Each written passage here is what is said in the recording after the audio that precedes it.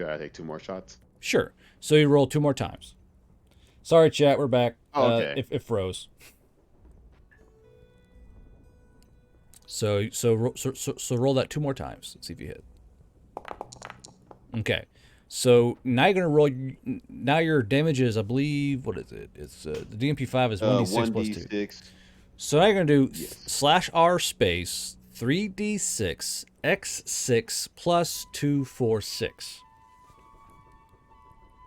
That's But yeah, chat, the said damn thing S6. froze. Yeah, x6. So /r space 3d6 x6 plus 8. Sorry, plus 6. I can do math. I know math.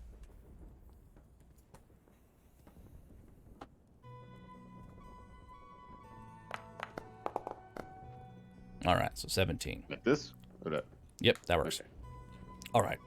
So let's say, for instance, these guys all shoot you and damage you for a little bit of damage here. So let's go around here. Now, there are multiple ways to heal yourself in this game. I'll go through those now. So,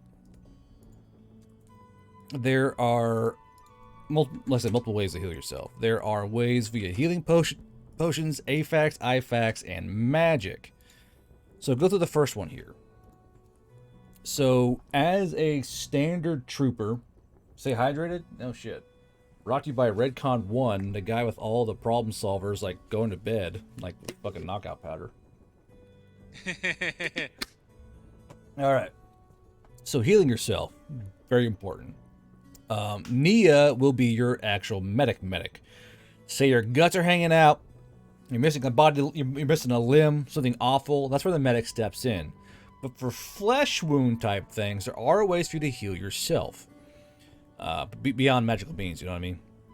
So first is the whole medical supplies genre. There's weak health potions, strong potions, regen potions. And those are kind of like your drinkables that you gotta kind of imbibe. Then there's the IFAC and AFAC. With the IFAC and AFAC, you can you spend 1 AP or 2 AP, depending on what you're using, to heal yourself for 1d4 plus your medical, physical skill, and health points. So say you take a few shots, bam, bam, bam, you're minus 10 HP. You would say, I'm going to pull up my IFAC, and I'm going to use that on myself for 1d4 plus your medical, physical skill, HP back. The IFAC has 1 charge, and the AFAC has 3 charges.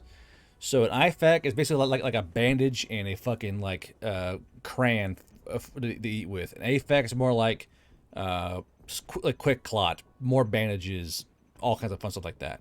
So an AFAC is for like a minor boo-boo that y'all want to kind of put on and keep going. An AFAC is for big boo-boos because it's 1d6 plus medicals. Say you're really hurt. You can say, I'll pull out my AFAC and use all 3 charges for 2 AP to heal 3d6, plus your medical physical training. There's anti-venom, and then there's bandages, and then tourniquets. Bandages remove regular bleeding, like a slice wound, whatever have you. A tourniquet removes heavy bleeding and regular bleeding, but it cannot be used on a head or torso. It's for limbs, more or less. And then a trauma kit can remove bleeding, heavy bleeding, heals 1d8, and can kind of stem critical bleeding. Now, bleeding comes around where if you fall, or artillery, shrapnel, whatever else. That's what all comes into play. And when you're hitting like critical bleeding and critical damage, that's where your medics come into play. So, Nia, or Alphonse, you spent how much in blood magic, I assume? You spent a little bit. Okay. So, I believe your only magic user is going to be Nia. And how magic works is that you use blood magic. Nia has to sacrifice HP to heal you. And she cannot heal herself with blood magic. It's not how it works. So, there's kind of a timer or a resource you have to manage between your IFAX, AFAX, trauma kits, healing potions, as well as not bleeding out your medic to the point they die. You got to kind of manage all that. And then beyond that, there's also the death mechanic. So death is different in this game than it is in 5e or other type things. How death works is that half of your total HP pool is your death pool or your negative HP pool.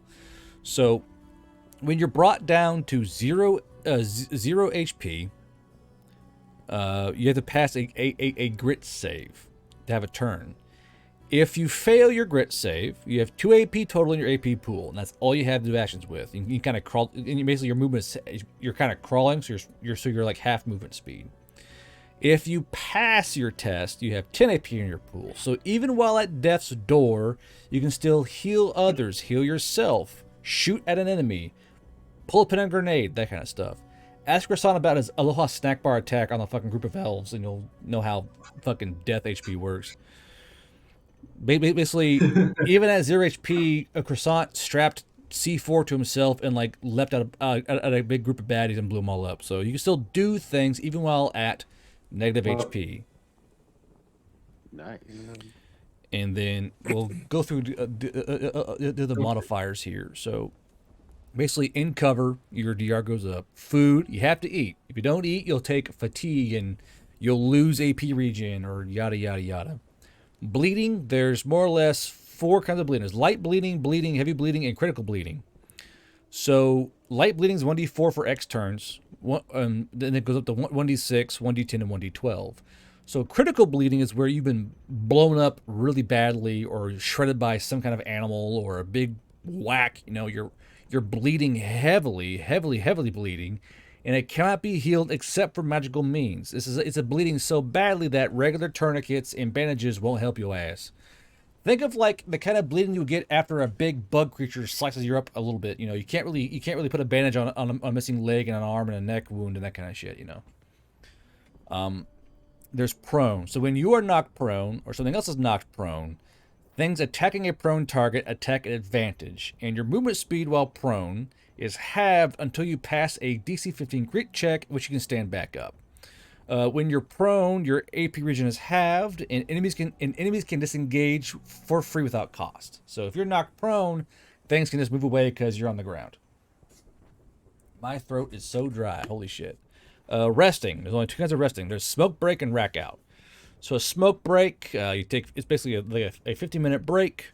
You eat your gummies and chewies, you drink your water, take your ibuprofen, and you reset your AP points and your hit dice. So your hit dice, more or less, you have 1d6 per level you are. So say you take a smoke break, and you go to heal yourself. You say you're like level 3 and do a smoke break. You'll roll 3d6 plus your grit to see how much health you get back for resting. So more or less, there's not much moment to track. It's 1d6 per level. It's really easy to keep track of. So say you get a break, you're level 4, it's 46 plus your grit as the health comes back. Easy peasy. For a rack out, more or less, he's completely reset, you know. Fatigue is things you get when from not eating, not sleeping, stress, that kind of shit. Fatigue is more or less, it's really easy to like manage. You just sleep. If you get 7 levels of fatigue, you just fucking die. So be sure you don't forget about your fatigue and like, I didn't sleep for 7 days. Well, now you're dead. You know, don't do that. That's kind of a bad thing to do. Fear. Pretty impressive.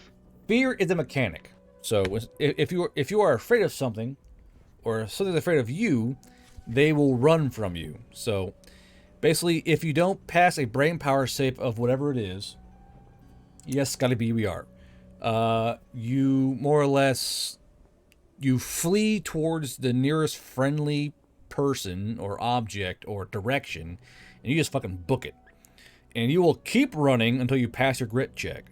So it's very, very important to take matters of how high your grit is to your head.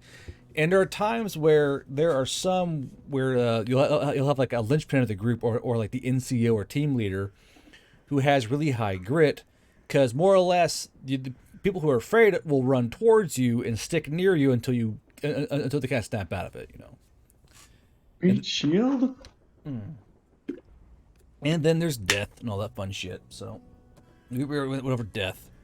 There is alcohol and there are drugs in this game. If your character doesn't imbibe in them, they will either get small boost or small detractions in what they do, or do things at disadvantage, whatever have you. It depends on what I deem appropriate for the situation. And please do not snort magic cocaine for 4 days straight and like, why my guys on my teeth falling out? Don't do that to me. There's fall damage, there's lighting stuff, and that's really about all there really is in terms of like the basics. Grenades. So you can throw things like Molotov cocktails, grenades, smoke grenades, flashbangs, that kind of stuff. When you're throwing something, when you're throwing something, you're gonna pick a dice, a D4, D6, D8, D10, or D20. Now, when you roll that dice, the integer you roll is how far that fucker goes, and then you can increase that or decrease that by your throwing skill. So, say on the thing here, we'll say that Sonny's throwing a grenade, and what's it to land? Let's see here. 1, 2, 3, 4, 5, 6, 7, 8 squares away. You will say, I'm going to roll a d12 on that. And say you're +4 to your throwing skill. So this thing's going to land 10 squares away. So 1, 2, 3, 4, 5, 6, 7, 8, 9, 10.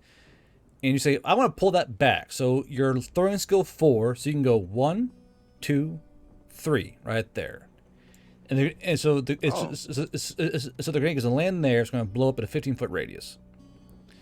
Now here's where a bit of a nuance happens. Each round is basically 6 seconds, and a grenade has usually got a 6-second fuse, which means this grenade won't go off until Sonny's next turn.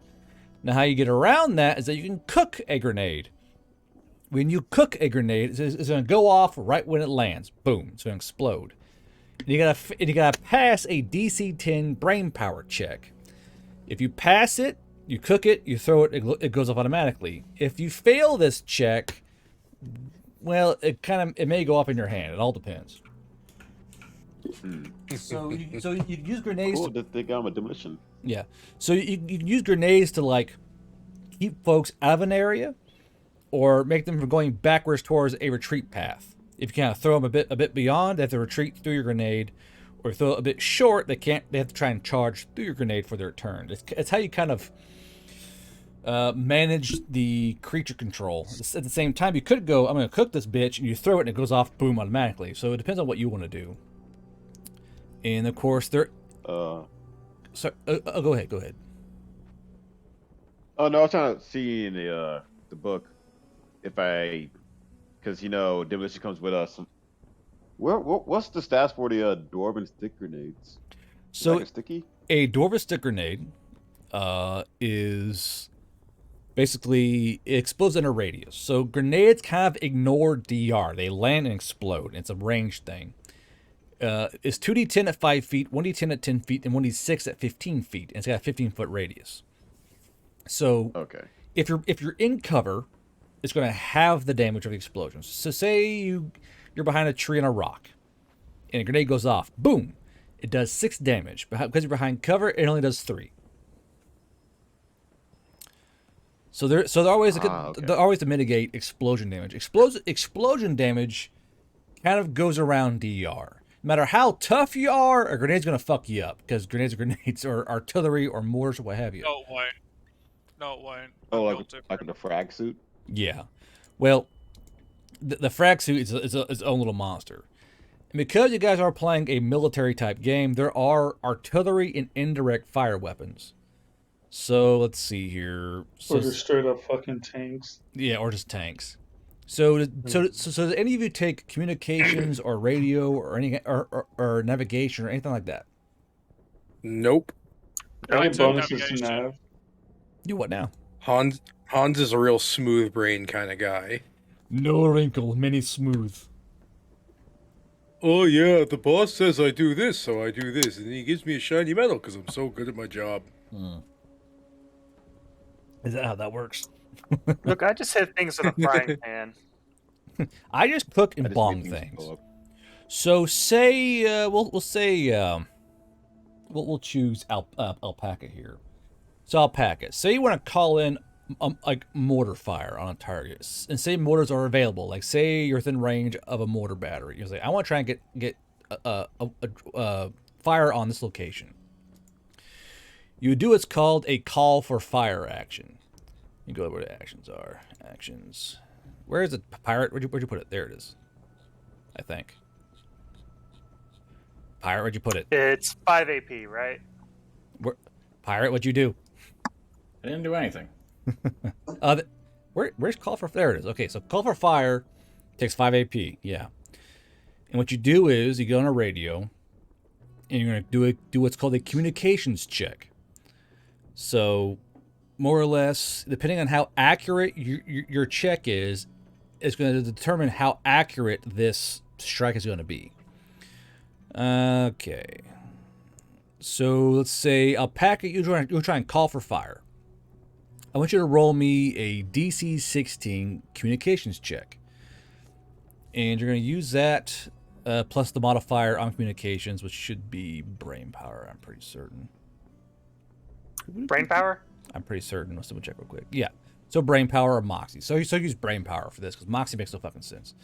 So brain power and plus communication. This will be /R 1d20 plus your brain power to see how accurate this call for fire is. Okie dokie, dear. Calm down, sir. This is only session 0. So obviously you're like, I want it right here. Now I want you to elect on the map where you want that thing to drop. You can use either the pin tool and a little squiggle, or you can use a shape, or whatever you want to do.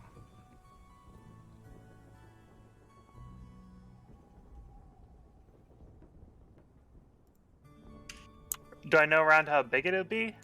I want you to just kind of mark a location for me. That's all I want you to do is mark the location. Is that good? Yeah, that'll work. So right there. So we'll say it's a mortar strike. A mortar's attack in a 15-foot radius. And we'll say like 5 mortar tubes are available. So they'd fire. Boom, boom, boom, boom, boom. So the coordinates are good. It's going to be a bit splashy. So this is where I come into play. And I have to kind of mentally establish who and where these things are going to drop. So 20-foot radius. So one's going to drop here. Come on, you. There we go. So copy. So there, and there. So more or less, you would call down mortar fire. It would splash. Boom, boom, boom, boom, boom, boom. And it would do damage to everything within that radius. So this is how you kind of take care of mass formations of creatures or NPCs, or how you kind of hold a position within this radius here. So we'll say that for training purposes, we'll say this one lands short. Oop, hold on a minute here. So this one lands short, lands short, lands short. All right. So because you guys are behind cover, it's going to have the damage. So we'll say we'll do it this way, just for the sake of brevity. I'm going to roll all these dice at the same time. Quit. Steam, go away. Steam, while you're blocking my thank you. Jesus. So we'll say that the mortar comes down and does 14 damage to all of you. So 14, 14, 14. So because you all are behind cover, it goes from 14 to 7. So it kind of halves the damage for being just behind any kind of cover. It's how that works. Understand? Yeah. Okay. Yep. So we'll clear all this shit up just to get out of the way. So take all this out of the way. So we'll say it's turn 2 now. Come on, out of the way. No, not bigger. Fuck. You know what? I'll do this. There we go. All right. So say it's next turn. Bop, bop, bop, bop.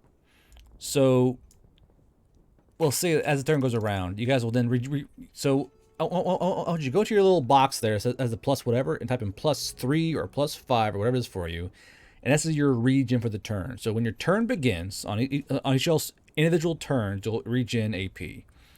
So you regen, you spend, regen, you spend. It's always going to be a diminishing return because it's only plus. So say you spend 9 AP, you're only getting 3 back. So you can't just constantly keep burning through AP. Eventually, you're gonna have to where you're gonna have a 3 AP per turn unless you save it up or something happens. So you got to kind of manage your AP, unless you're like my other Hervader who just did 15 machine gun shots at once because he could just do that because he had so much fucking AP. Okay, so this is how combat works, how modifiers work, all that fun stuff. One thing to keep in mind is the certain weapons' ranges and how they work. So I'll go through it real quick here while we're here, and I'm still prattling along. So we'll start with bows.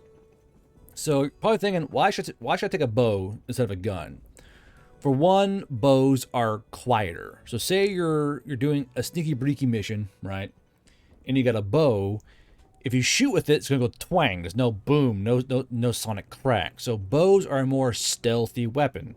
If you're trying to be sneaky, you do want a bow or a silenced weapon, but bows are more easy to get in a particular world. So if you want to be really, really quiet or shoot from concealment without a flash or a bang, bows are the way to go. That's why they're here. And some bows reduce DR or cause bleeding and have a pretty okay range. Now, not all weapons can do all the attacks. Like bows can only do normal shot, aim shot, quick draw, and holding an action. They can't go full auto, and they can't do hammered pairs unless you unlock a skill in the game, which we'll get to that in a minute. So pistols are a short-range, high-charge weapon. So they have a lot of charges, but low damage. And with pistols, you can use them... Oh, I should say, above all, range weapons. So range weapons encompass all ballistic weapons.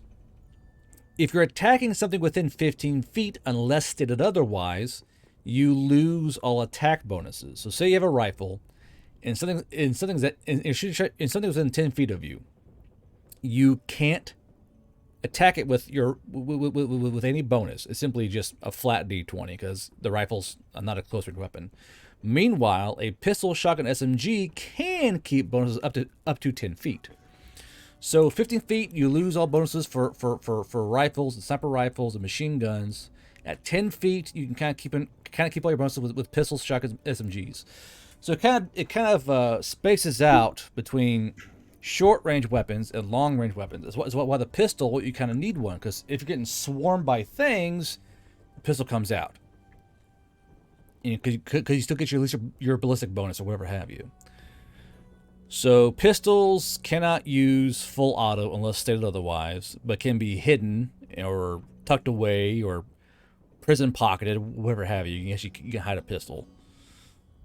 Some machine guns gain advantage when shooting in enclosed spaces like buildings, trenches, bunkers, your mom's house, whatever. If it's an enclosed space, you get to attack with advantage plus all your other modifiers. So they're all about being in a building or in an enclosed space and firing away. Shotguns. Shotguns are close quarter weapons. And if an object is within 15 feet, you're shooting at advantage. Or 15 feet, it should be 10 feet. I'm in here. Fixing. So 10 feet. So say a target is within 10 feet, you're shooting at it's a scatter gun. You're shooting at advantage. So you're shooting to hit it with advantage. That way you make sure you hit because it is a scatter gun. You're shooting a shotgun. Rifles are basically shooting at intermediate ranges is what they do. So basically, you can max range 600 feet on most, and effective range of 250 feet. So long range targets, that's what you do them with your M4, your Daewoo, your AK-47, whatever have you. Sniper rifles are ones that shoot. Basically, I think almost all the bolt guns are going to be like a effective range of 1,000 feet. So low charge, high damage, long range, very simple to understand. LMGs. So between an LMG and an MMG and an HMG, an LMG is a light machine gun. It can be fired on the move, so you can shoulder it and fire it while you're moving. MMGs cannot be fired really on the move without a loss of modifiers or disadvantage unless stated otherwise. So MMG should be placed on something, whether it's your buddy's shoulder, a vehicle, a sandbag, whatever have you. I think only Goliath can run with an MMG if I remember correctly. HMGs are Yes. like the Mod Deuce, a Dishka, big heavy caliber guns. These have to be mounted on a bipod or a vehicle or a boat or whatever have you. And then there are explosive devices. So say you got a target that is really high DR, a bunker, a tank, a boat, a dragon, a fucking hippopotamus, whatever have you. You're saying, how do I beat this high DR? Well, you do that by using an explosive or any tank weapon. So a Belcher is a Dwarven bazooka. It fires an HE round or a shaped round, a heat round. So obviously, HE round, splash. Heat round, anti-armor. So it's, I kind of want to, roll that off. It's a Carl Gustav, 40mm grenade launcher, a 20mm turret, that kind of stuff. There's C4, there's claymores, personnel mines, tank mines, flamethrowers, Molotov cocktail, stick grenade, smoke grenade, flashbang, riot grenade. There's mortar, small artillery, medium artillery, large artillery. There's ammunition and the price per whatever else. There's attachments like lights, optics, like red dots, scopes, that kind of shit, bipods. And then there's special ammunition. A lot of folks forget this table's here. You can buy special ammunition. So you can buy hollow points, green tips, explosive rounds, smoke, flash, net, incendiaries, white phosphorus, whatever have you. These are all specialized round types that have higher cost and only certain weapons can use them and that kind of thing. Ask Rasan about high phosphorus. He's got a pretty good story about white phosphorus. White phosphorus is fun. Yeah. He hates horses too. Horse better. I don't hate horses. Horses just happen to be in the I wrong hate place horses. at the wrong time. Right. Oh, good. Right. We're doing war crimes. Hell yeah. Yeah, there were quite a few war crimes going on between that thing. So I know Only a war crime if you lose. I know one of you guys were talking about shields. So with shields, Yes. So basically, it's basically a crunch aspect and a role play aspect where you gotta figure out what kind of shield you want, because metal and wood are base. They're like the base shield types. And then you and I discuss what you Well, they're want, not and we kind of create the shield you need. And shields are both DR and a weapon, because you can use your shield to bash or fucking throw that bitch, whatever else. They're not just a thing you equip, it's something you use in this game. There are backpacks, rucksacks, parachutes, all the potions, but miscellaneous items, toolkits. And then there are vehicles. You can't have vehicles in this game. You can have dirt bikes, a motorbike with sidecar, quads like the four-wheelers or snow machines, Humvees, Daimler Dingos, Pumas like the German Puma, the little scout car with the turret on it. And then there's also ATF Dingos, which are basically a APC. There's a MTVR, BSS-10 Viking, more Humvees, no bacon, half tracks, Hetzers, Sturmgeschütz, Abrams. There's boats. There's like basically there's like a rubber boat, a rigid boat, and an actual like patrol boat. There's one flying thing. There's basically a Cessna, isn't it? A little like a little buzzer. Pretty sure that's what it is. Then there's horses and goats and shit you can ride, and there's also a Dodge truck. And then the magic, I want to hit the magic real quick. There are speaking spells that almost everyone knows, and these just take AP to use. Blood magic, you have to sacrifice your HP to use. And Willie Pete does stick to elves. Yes, sure, Azure, it does. So as blood magic, when you want to cast a spell, you have to say how much blood you're going to spend to use the spell. When you do that, like say I want to use 10 HP. That gives you a modifier of +8, and you got to roll 1d20 plus that modifier on a table. These spells are very volatile and very impressive. Like you can use explosion spells, fireballs, air burst. You can silence things. You can infuse armor. You can heal. You can teleport with circles. You can cast combat enhancement, which was the combat drugs. You can lay down traps, summon spikes, and there are spells in the game you guys have to discover. There's nothing stopping you from creating a spell or learning about a spell that's not in the manual. In the CC manual, there's a whole list of fucking spells you guys can go out and learn. Am I sweating that bad? Holy shit! But there's a whole list of spells you can go and learn, like how to fix mental damage, how to track things, raise the dead. They're all spells you have to go out and take time to learn. You can't just click the button and learn the spells. It's not D&D 5e. All right, and more or less that's about it. I mean, there's lots of other things y'all can go in and read about, but my tongue hurts. Holy shit. So we'll start with Alpaca. Lick lipstick. Alpaca. Do you have any questions? Me? Mm-hmm. Yes, you. I can't quite think of any right now. I definitely had one, but I kind of forgot it. Oh yeah. Probably best to come back to me later. I got you. Alphonse, you good? Mm-hmm. Okay. Crusader, Yeah. you have any questions? Yep. Nope. I remembered what my question was going to be. What's that? 1, 2. I remember asking you a little bit earlier how vehicles work for centaurs, Yeah. and they have to be modified.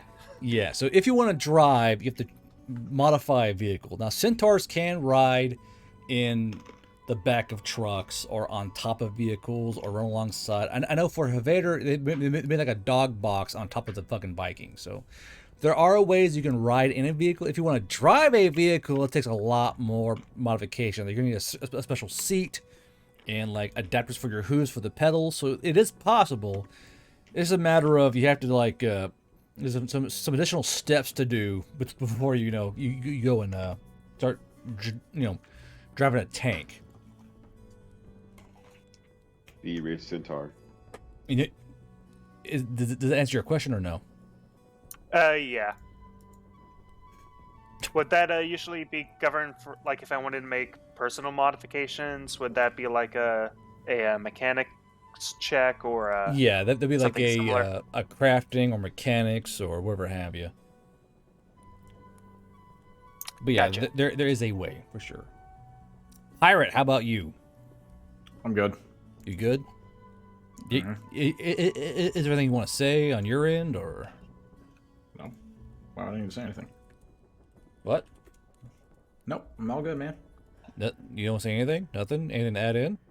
Co-creator? I missed a date for the game. What? Why? Cause game day. Oh, Jesus. We told Gray to go out and See, that's someone. That is someone who has his priorities in check. Why the fuck do you think I was like, oh fuck, I'm gonna be late? well, if she was hot, you could have told us, nah, I'll be back later. It's fine. Man, it was a blind date being set up by my Marine buddy. I didn't even know her. Make her play the game too. This is the day. There. Make her come along. This is the date. You're a satyr now. Okay. Go to your blind date. It's fucking playing D&D. You are now a Buckle up. big titty elf. Grab that rifle. Okay.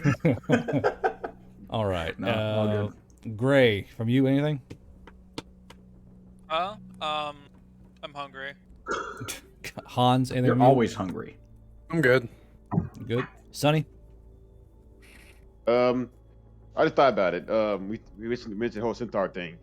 Are vehicles kind of like set for large creatures? 'Cause, like, I know Goliath says More or less, to be large. Goliaths kind of fit in and kind of lean forward and make themselves fit. So basically, there are certain vehicles for Goliaths. Like, you guys can't ride a bike, obviously, but you can ride an Indominus Dingo or a Humvee or whatever have you. You can't be a tank crewman for obvious reasons, but there are certain vehicles that accommodate Goliaths, like half tracks and all that. Yeah. What if they wanted to be a driver? Like, they'll also require the same thing. Gotta like get a fatter vehicle. I mean, Custom yeah, made. a bigger vehicle and make yourself fit more or less. Think thin. Or lose a leg if you want to be like croissant. Yeah, if you want to fit in better, you just got you get your fucking leg blown off in a fucking grenade accident or some shit. Oh yeah. I mean, you'll I fit remember then. reading the thing. Oh, Mr. Incredible. Yeah, you were pretty much. you were attacking that warehouse, weren't you? And you got your leg blown off or some shit. Yep. Okay. So second question would be, what area do y'all want to do this game at? Because I can do multiple areas per se. I can do we can go in the main Veil Rider area for the book, which is basically the Norris area. I can go further north in the Highlands. I can go east to another area, or we can go west to the Aberdeen area. So you guys want like a mountain adventure, deep forest, valley, a mixture of the three. Which do you guys kind of want to be at in a way, or even have any preference? The hottest chicks. The place of the hottest chicks. One of the most civilian casualties to be made. What's the civilization kind of like for each of the areas? Is there any more like towns in this certain area, or? Oh yeah. So to the east should be. Let's see. Is it even still here? I thought it was. There's Aberdeen, the Highlands, and there should be the Moria. I guess that map's gone. So to the north, there's the Highlands, which is basically a kind of warish area where currently the Valley Elves are kind of trying to push back the Orcs. It's kind of a big stalemate there. In Aberdeen is definitely a more combat area. It'd be y'all trying to push through west, try and make a bubble in Aberdeen, and it's going to follow. In Aberdeen, you're going to follow the path of the Aberdeen books. You're going to be setting up cops and OPs along the road, fighting off orcs and southern elves and the Aberdeen and the Aberdeen Valley elves. Probably more war crimes in Aberdeen than anywhere else because people. So. We're still on the range. If you could bring us to the big map. 1 second here. Aberdeen it is. Yeah. What's the topography like in Aberdeen? It's basically in Aberdeen. It's going to be a lot flatter. I would pull the map up, but I want you all going back and forth all these fucking maps. Actually, it should be fine because it's not a very IDF map. So Aberdeen looks like this. So Aberdeen is going to be a far larger map. So I'll point out the areas. Up here you have dwarves. And then the main push is going to be along here. So the main push. You don't have token vision here. I know. Yeah. I'm getting there. God damn it.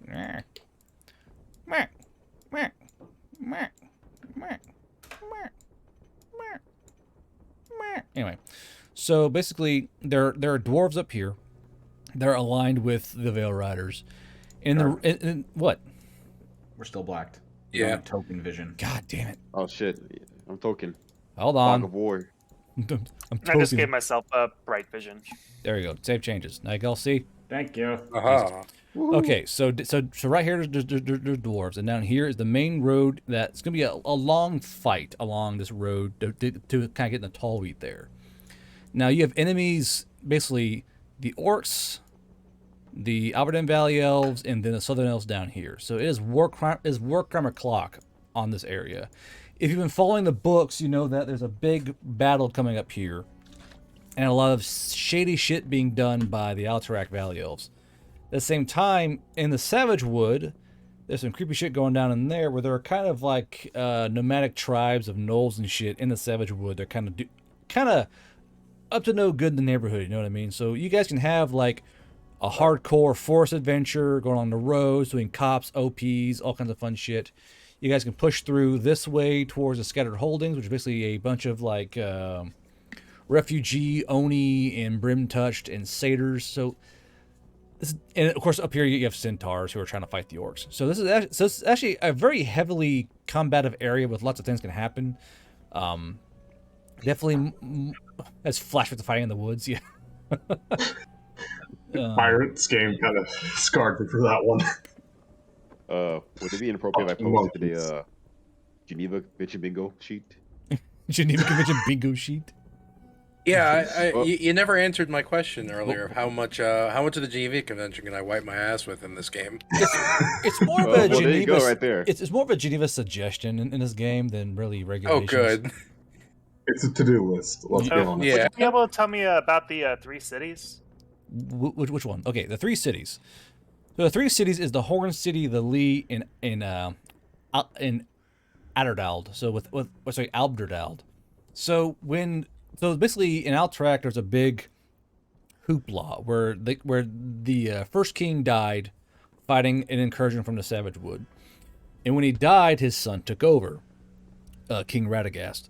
When Radagast took over, he started pushing out all the other ethnic varieties north. He wanted a purely Alterac Valley Elf kingdom. So when he pushed everyone north, there are now these 3 cities. The Horn City is controlled by the Scattered Holdings. That's the main trade city. So say you're looking out over a hill there, you'll see 3 cities, bam, bam, bam, like within sight of each other. Alberdald is the Alterac Valley Elf city. The Lee is the trade city, and the Horn City is the Scattered Holding city. So the Lee is the city where these 2 factions trade, more or less. So the Lee is a very hotbed of like scum and villainy, pretty much. The Lee is where people go to trade black market items, people, weapons, magical items, that kind of shit. And the Horn City is kind of where the good stuff comes through. That kind of goes down the path into the Scattered Holdings. So all the races that are pushed north by Radagim all landed in this kind of shitty mountainous area where not a lot of things grow. They're being helped out by the Centaurs to the north, the Carticans. But more or less, the 3 cities are like the only way that these 3 peoples can really trade and make contact. It's all kind of hit these 3 little cities right here.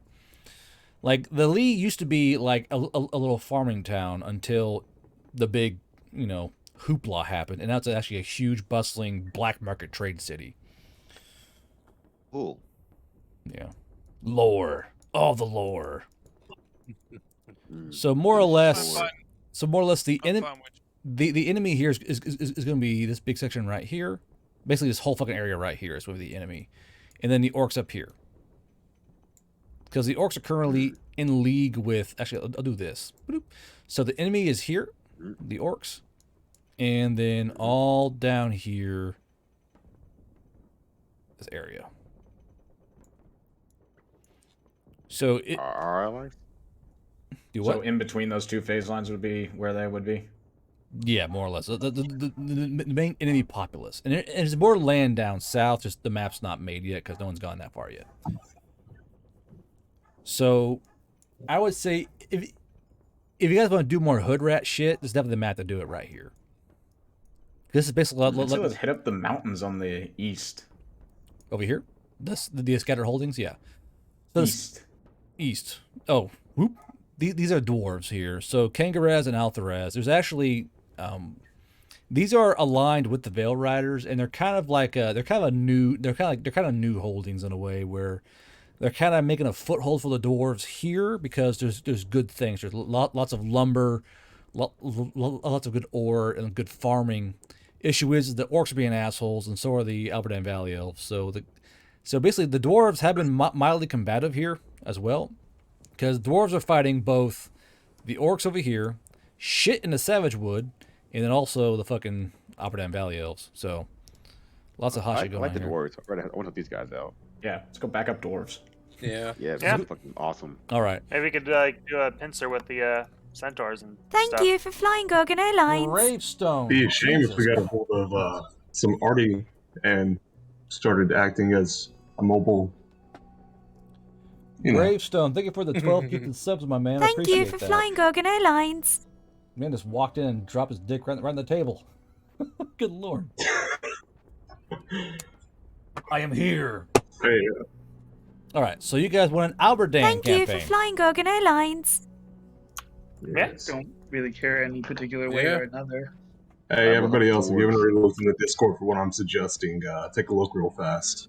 I care I've about only, surviving. Thank you I've for only read flying the first Gorgon book Airlines. so far. I haven't caught up on the second one. I think I've Anything dwarf done related, the- I support dwarves. How could one man be so based? Gravestone, Jesus.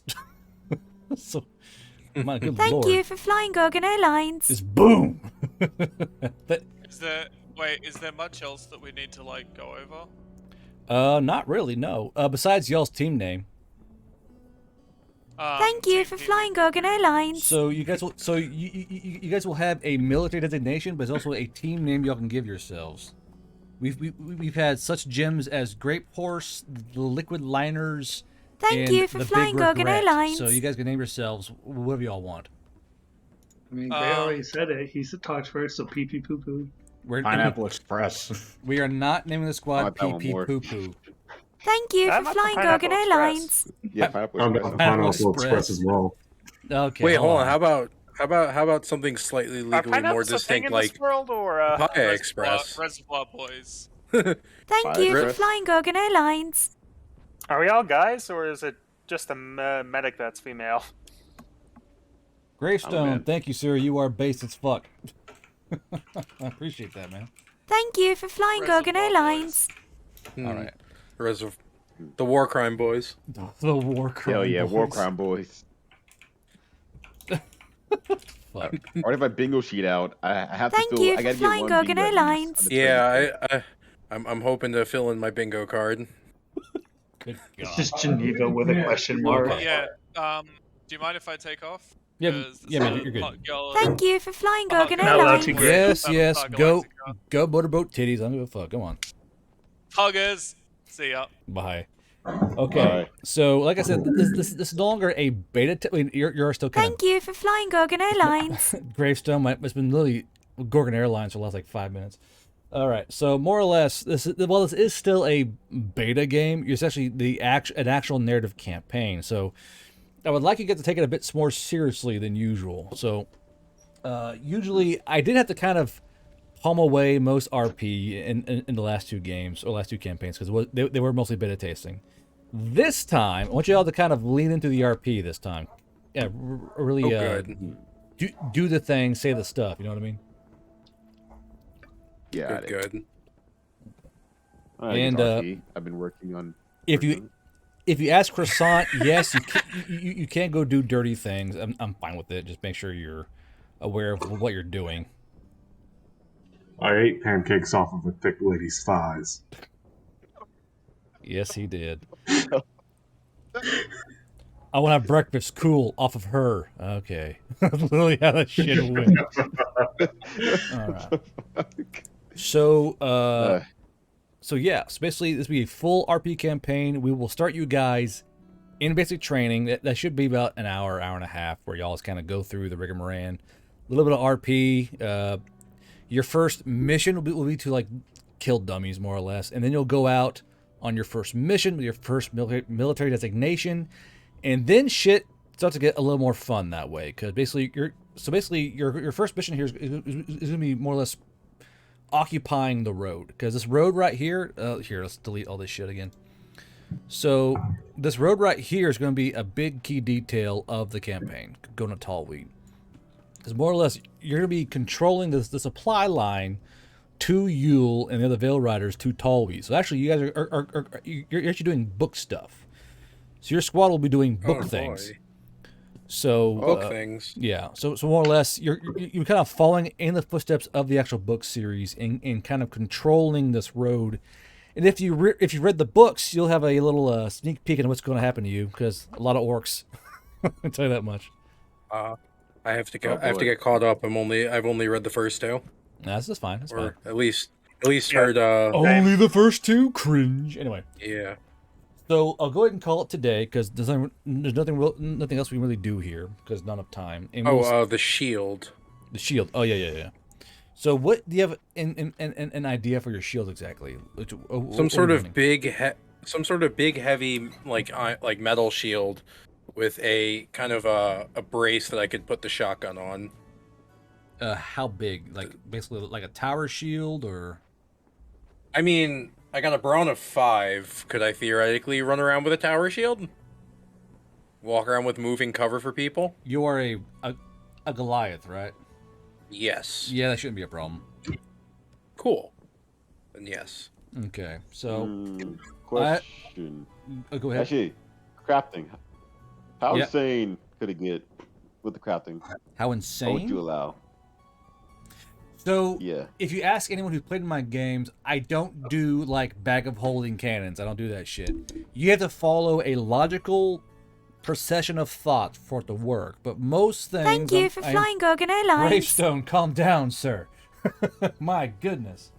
And actually, so Gravestone did ask, this will be more or less canon. Y'all's game will be canon. Thank you for flying Gorgon because Airlines. you're following the path the book is. So, for all you guys know, you guys could see your names in the next fucking couple chapters. It does depend, but this game and the Thank you for flying and the Monday Gorgon game Airlines. will be more or less quote unquote canon. So, this is why I want you all to take it seriously, because there were a few things from the last two games or last two campaigns that were kind of canon. This is going to be actually canon. So thank you for flying if you Gorgon guys Airlines. do plenty of role playing and that kind of stuff, you can find yourselves in the actual books itself. It depends on what you guys do.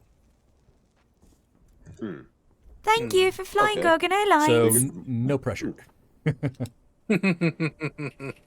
But yeah, wow. No pressure. I now have to be more thought out about what I do. It can't be a full degenerate. But that's for crafting. We could be full degenerates. You could. But when it comes to crafting, you can insane is a very light word. You can get very creative as long as it's logical. Okay. You know what I mean? But yeah, big heavy metal shield with shotgun holders. Basically a little crook where you kind of rest it. Yep. Okay, I could definitely do that. So I want you to put into your inventory somewhere or write a note about a breaching shield or a Goliath breaching shield. Give me 1 second. I am using that editable character sheet you sent us. Yeah, that's fine. Hello, base department. You got breaching shield. I know demolitions only use start with a subby, but yeah. While we're in the service, where we leave boot camp, would we be able to request a change of gear? No, my gun is something different. Yeah, by all means. CIF. We spent an hour and a half in game doing paperwork in real time. Oh God. All right, so a Goliath. Missing one boat. Go back. So a Goliath breaching shield will require 6 brawn to use. All right, so I'm gonna need one more at some point. Okay, so 6 brawn to use. It will give you plus 5 DR. And will allow you to use a shotgun while holding said shield. Okay. 5 plus 5 DR? Yeah. And I will say that there will be a way. So say if it's a pump action shotgun, you can reload off your shield with a little adapter on there. So. All right. I took the double barrel because I'm like, I need a shotgun I can only shoot with one hand, just in case. Yeah, I got you. Yeah. All right.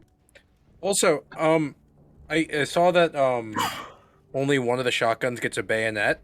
Yeah, the trench shot. You can modify the shotgun. It's just like off the cuff default. That one you can go click. If you want to attach a bayonet to something else, you gotta go in and craft it or get something to weld it on there, or whatever have you. Yeah, it's fine. I got that sledgehammer. I'm good. Can I attach the sledgehammer to my shotgun? Don't. I'll try one day. Bonk. Oh, I'll take the hammerhead and put it on the butt of the shotgun. It'll be fine. All right. Yeah. So any questions, boys? No, I'm good. No questions. Has anybody tried to use the artillery in the game yet? Well, no, because you guys weren't ever in places with artillery available. In this campaign, it will be available. There will more than likely be mostly mortars at first, and then post some M116s later on. But it depends on how time goes on. You know what I mean? What if we were to try and get a hold of an artillery piece? So more or less, if you were to get a hold of one, you guys would be trying to operate a crew serve weapon with either a mortar or an artillery gun. And while doing that, you would operate it like you would a vehicle in a way, whether it be a gunner, a loader, a commander, that kind of shit. So it would function like a vehicle would in a way. I don't know how Pirate would do it, but I would run it like a vehicle and then just call it there if need be. All right, so I will see So you we gotta do guys. just slap it back in the truck. Ooh, what? Hey, guard. Yeah. I could change. Can I change around like one little thing on my sheet, or Yeah, are we sure. kind of like set on? No. Okay, yeah, Well, I'm just next Friday you will. So make any changes before then. Yeah, I'm just dropping. I'm dropping something like an intimidate, putting one in CQB so I can get that extra brawn. Got you. All right. So I now have 40. I now have 41 health. Got you. We'll have the Discord. Oh, hold on, Stone. I'll get you. So I will see you guys next Friday at 18:30 CST, which is 6:30 CST, Central Standard Time. Conversions I do not do, so figure it out yourselves. I should be able to put it in the chat if you'd like. I'm an hour ahead of you. That's it. Okay. But yeah, so next Friday, 18:30 CST, 6:30 CST PM, and I'll see you guys then. Okay. All right. Cool. Good one. Sounds good. Take it easy, guys. Yep. All right. And chat, I will see you then. We'll do. I'll try and get the Monday session 0 going on this coming Monday. I don't know if I can or not due to time, but we'll see if it happens. But I will see you guys Friday for sure for. Was it the Warcrime Boys game? Is that right? Yeah. So we'll see the Warcrime Boys on next Friday. So we'll see you guys then.